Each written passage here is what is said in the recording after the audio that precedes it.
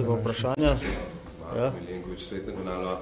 Zanima ti trije pa ta prvi sklop zakonov, ki ste jih sprejeli na gospodarski zbornici, namreč nasprotujejo čisto vsake od te rešitve. Tako veljavitev zakonskega roka, ki pravi, da bi morali pač za izvršbe poskrbeti, da bi se izvajale pri DDV-ju, da pač en ne bo mogel uveljavljati, drugi pa pač ga bo že plačal, pa tudi ne bo imel nič od tega, pač pravi, da bo šlo predvsem za proračun. Večstranskemu pobotu nasprotujejo, pač zakaj ni nekega skladnosti tukaj. Torej, mi smo odprti za razpravo, razprava teče še ves parlamentarni postopek. Nekaj pripomb je bilo upoštevanih, predvsem ta 60-dnevni rok je zaenkrat postavljen na enak način, kot ga terja kot minimum direktiva. Se pravi, mora biti dogovor pisen, mora biti transparenten, se pravi preverljiv in ne sme iti za zlorabo. Iz tega pisnega razmerja med dobaviteljem in naročnikom, ki je pričakuje se močnejša stran v tem primeru, mora slediti, da je zadeva poštena, transparentna, naprimer, da ni za enega dobavitelja domačega slabša kot za kakšne tuje in podobno. Ne. Tako da tu smo dejansko šli v nasproti tudi predlogom gospodarske zbornice. Pri multilateralnem pobotu bomo videli njegov učinek, pričakovati pa je, da bo znaten in da bo vplival tudi na ugodnejši položaj večjega gospodarstva.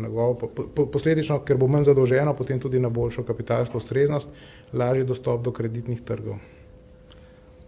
Oni pravijo čisto, da pač na mestu zakonsko, čisto zelo jasni so bili zelo strogi, da zakonsko določiti pač nek najdaljši pač plačilni rok, ni smiselno, da država morala poskrbeti, da bi se zakon o izvršbi recimo pač uveljavljal, da bi bolj hitro potekle izvršbe. Torej, tu smo kar nekaj novel uvedli pri zakonu o izvršbi, spremenili smo tudi naravo menice, tako da je postala sedaj učinkovitejša, vsaj za izvršbo na tistem premoženju, ki je likvidno v bankah.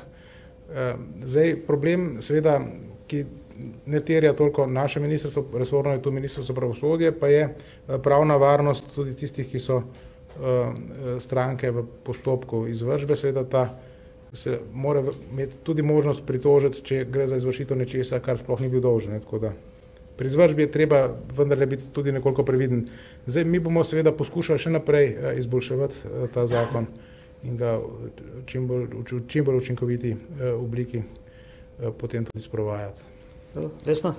Smo pa 2 noveli sprejeli že v našem mandatu na ta zakon. Tako da je dejansko pereč problem in pravilno odpirate. Vesna Zadravec, Televizija Slovenija. Jaz bi imela verjetno se seznanjeni, nekateri davčni svetovalci so že večkrat opozorili, da gre pri tej noveli zakona o DDV-ju pravzaprav za neskladje z Evropsko unijo. Smo edini v Evropski uniji, ki imamo tako ureditev oziroma tak predlog in da kršimo pravni red, da se bomo znašli pred Evropskim sodiščem. Pa me najprej to zanima. Torej, mi smo to zelo skrbno proučili. Po naši oceni ne gre za kršenje, dejansko ne gre za uvajanje principa DDV-ja glede na plačilni tok, ampak gre za DDV glede na nastanek obveznosti in dejansko je pravica do odbitka nastane, vendar se pa potem povrne kot kazen v primeru, da podjetje oziroma zavezanec ne poravna svojih dolgov po repro verigi, za kar gre. Seveda, zakaj smo mi tu najbolj zaostrili? Zato, ker je pri nas pač nekoliko večji problem te narave. Je zadeva nova tudi za Evropsko unijo, ta direktiva je nova, bomo videli, kako jo bodo drugot uvajali. Vsaj pri 60-dnevnem roku pa smo sledili intencam direktive, nismo dodatno zaostrovali, ravno zato, ker pričakujemo, da bo ta določba pri DDV-ju dovolj stimulirala gospodarstvo, da bo se držalo rokov in tudi sklepalo posle, ki bo potem lahko izvedlo. Zbornica davčnih svetovalcev je tudi predlagala, da pravzaprav vi po 60 dneh ta davek vrnete nazaj, ker zdaj v končni fazi bo država zadržala davek, ki ni njen. Ga ne bo nikomor dala, ga bo obdržala, se bo koristila država na ta račun. Ne, država bo že vrnila, mi zdaj pripravljamo, tu pa se lahko dodatno pohvalim, mi zdaj končujemo projekt modernizacije informacijske osnove davčne uprave, ki bo omogočil še bistveno hitrejše vračanje DDV-ja in tudi realizacijo vseh razmerij, ki bodo nastajale v zvezi spodbujanjem plačilne discipline. Mi imamo za cilj skrajšati to do 5 dni. Smo že precej skrajšali na 21 dni in to v informacijskem sistemu, ki temelji na MS-DOS-u. Če veste, kaj to je, če ne, pejte v Bistro pogledati v Tehnični muzej Slovenije. A ne. Zdaj bo pa modern sistem, ki bo omogočil precej hitrejše delovanje. Julija predvidevamo, da bo stekel. Kdaj lahko potem, če ne bo vrnil pravzaprav, oziroma če ne bo trgovec plačal dobavitelju neko storitev, ne, in s tem tudi ne davek, kdaj lahko pričakuje potem dobavitelj, da bo ta davek dobil vrnjen nazaj? Kdaj? Dobavitelj bo dobil vrnjen nazaj, potem bo pa vzpostavljena davčna obveznost. Tako razumem jaz. Potem bo pa naknadno, okoliko ne bo plačal ali pa prijavil multilateralen pobod, vzpostavljena njegova davčna obveznost za nekaj, za kar prej obveznosti ni bilo. Se pravi, on bo moral tisto, kar je dobil, vrniti nazaj, če sploh ne bi plačal. Ampak mi pričakujemo, da bo vendarle potem dejansko takih razmerij precej manj. To je namen. Ne? Namen ni množično izvajati to vrstne ukrepe, ampak je namen, da se bo plačilna disciplina vzpostavila in da bo postala neke vrste vrednota.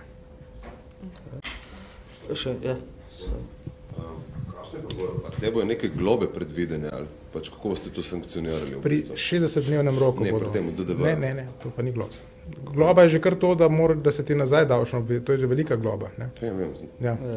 Da se nazaj vzpostavi. Zdaj pa seveda boste pa potem hitreje rešili in bo vprašanje obresti potem.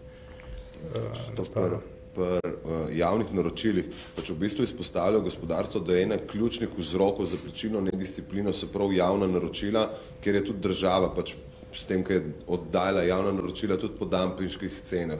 V bistvu je bil prav cena glavni kriterij in so se prijavila tudi podjetja, ki so ponudila toliko nizko ceno, da je bilo že v štartu jasno, da je noter uračunano to, da ne bojo plačevali pod izvajalcem. A se bo tlekaj spremenilo? Torej, po zakonu mora naročnik preveriti, ali je izvajalec sposoben izvajati ali daje tudi realno ceno. Mi poznamo primere, kjer sta bili naročeni kar 2 študiji, ki sta pokazali, da izvajalec je sposoben, no pa se je pa kasneje izkazalo, da ni sposoben bil. Tako da bo držalo. Tega je nekaj bilo. Ne. Naročnik je seveda pričakoval, da bo dobil zelo ugodno in poceni storitev, sedaj pa ta ni izvedena. Kar danes delamo, že sedaj je v zakonu, da bi naročnik mogel preveriti, ne. Zdaj, kar na novo uvajamo, je pa olajšujemo odstop od pogodbe, če izvajalec ni sposoben izvesti. V redu, še mogoče zadnje vprašanje, sicer pa minister jutri, ne? Okay, jutri pa daljše. V redu, daljše. Hvala lepa. Minister, sam eno oceno, obrtniki pač grozijo, da ne bojo plačevali davko obrtna zbornica, v bistvu davko prispevko, da bo dvigali denar. Koliko bi se to poznalo pač blagajni državni, če bi se res odločili nekaj plačevati? Ja, jaz vendarle pričakujem, da bo prevladala treznost in ves čas smo v kontaktih, mi smo odprti za pogajanja z vsemi partnerji, tako z delojemalci kot delodajalci, in kar se da njihovih iniciativ upoštevamo, seveda pa treba upoštevati pač tudi različne druge interese, naprimer zbornico, ki zastopa večje gospodarstvo in obrtno zbornico, ki manjše. Hvala lepa.